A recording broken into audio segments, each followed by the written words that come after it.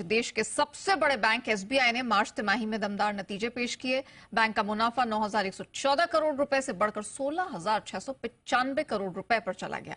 इसी दौरान asset quality में सुधार देखने को मिला। नतीजों पर हमारे साथ बात करने के लिए एसबीआई के चेयरमैन दिनेश कुमार खारा सर अब जुड़ चुके हैं। मिस्टर खारा सर, गुड मॉर्निंग, बहुत स्वागत है आपका जी बिजनेस पे। सर, सबसे पहले तो एसबीआई के नतीजे अनुमान से बहुत अच्छे रहे हैं। इतनी बढ़िया ग्रोथ के पीछे कारण क्या रहा है और किन सेक्टर्स से सबसे ज्यादा सपोर्ट मिला है? लोन बुक में अच्छा ग्रोथ हुआ है,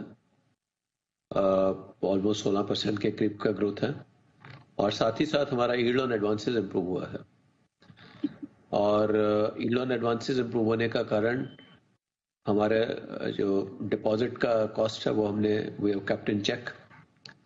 और अपार्ट फ्रॉम ऑल दिस हमारी जो लोन क्वालिटी है वो बहुत अच्छी है, जिस कारण से हमने जो पिछले कुछ सालों में जो काम किया है, जिसमें कि हमारे एनपीए कंट्रोल में रहे और हम लोगों ने जो है हमें कोई एजिंग प्रोविजन नहीं करना पड़ता, तो इस कारण से ये सब कारणों से जो है हमारे प्रॉफिट नंबर्स अच्छे हुए हैं।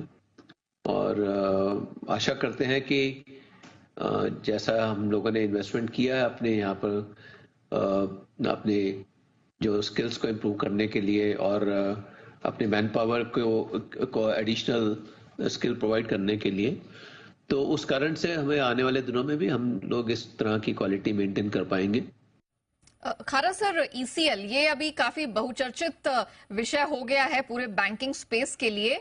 ईसीएल का आपके बैंक पर असर क्या होगा सर? देश का सबसे बड़ा बैंक होने के नाते आपने सरकार और आरबीआई के सामने कोई रिप्रेजेंटेशन रखी है? क्या बातें हुई हैं इसको लेकर? देखिए, ऐसा है कि ईसीएल में जो है अभी तो सबसे पहले तो एक discussion document reserve bank of India के द्वारा इंट्रोड्यूस किया गया है, तो इसमें अभी कुछ ऐसा डिसीजन नहीं लिया गया है। और दूसरा, उसी डिस्कशन डॉक्यूमेंट में भी बड़े क्लियरली कहा गया है कि जो भी प्रोविजन होंगे वो 5 साल में करने होंगे, इन 5 years टाइम। और तीसरी चीज जो मैं कहना चाहूंगा वो ये कि हम लोगों का जिस तरह से हमारी एसेट बुक हो गई है, आज हमारी कॉर्पोरेट लोन बुक जो है 98% तक प्रोवाइडेड है। हमारे जो रिटेल एसेट्स हैं वो उसमें एनपीए, ग्रॉस एनपीए भी जो 0.6% है। तो ये हमारा असेसमेंट है और इसलिए जो भी कुछ इम्पैक्ट आएगा हम लोग इसको बड़े आसानी से प्रोवाइड फॉर कर देंगे। आपको ये मैं बताना चाहूंगा कि हमारे अदर देन एनपीए प्रोविजंस जो है वो ही तकरीबन 35,000 करोड़ से ऊपर के हैं, जो हमने ऑलरेडी कर रखे हैं। तो उस तरह का हमने क्वेश्चन ऑलरेडी क्रिएट कर रखे हैं बैंक की बैलेंस शीट में। और ईसीएल का अगर इंट्रोडक्शन होता भी है तो हमारी बैलेंस शीट के ऊपर किसी भी तरह का कोई प्रभाव नहीं पड़ेगा। ओके, तो बैलेंस शीट पर किसी भी तरह का प्रभाव नहीं पड़ेगा। लेकिन सर ये बताइए, एसबीआई का येस बैंक में जो 26% हिस्सा है उसका लॉक इन तो खत्म हो चुका है, तो आप उसे कब तक बेचने वाले हैं? अभी इस विषय के ऊपर कोई बोर्ड लेवल पर कोई डिसीजन नहीं हुआ है। जब भी ऐसा बोर्ड लेवल पर कोई डिसीजन होगा तो हम आपसे जरूर शेयर करेंगे। ओके। सर, ये भी जानना चाहेंगे योनो आईपीओ को लेकर क्या योजना है आपकी?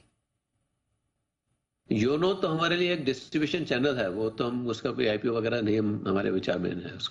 उसके बारे में उसको कोई अलग से एंटिटी बनाने का हमारा कोई विचार नहीं है। Okay, very well.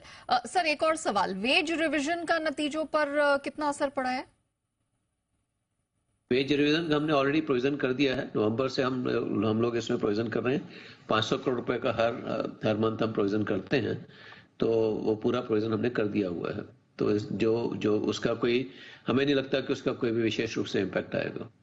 खारा sir, thank you so much समय निकालकर जी बिजनेस के साथ बातचीत करने के लिए और बताने के लिए कि नंबर्स को बल कहां से मिला है और आगे बैंक की क्या क्या योजनाएं हैं।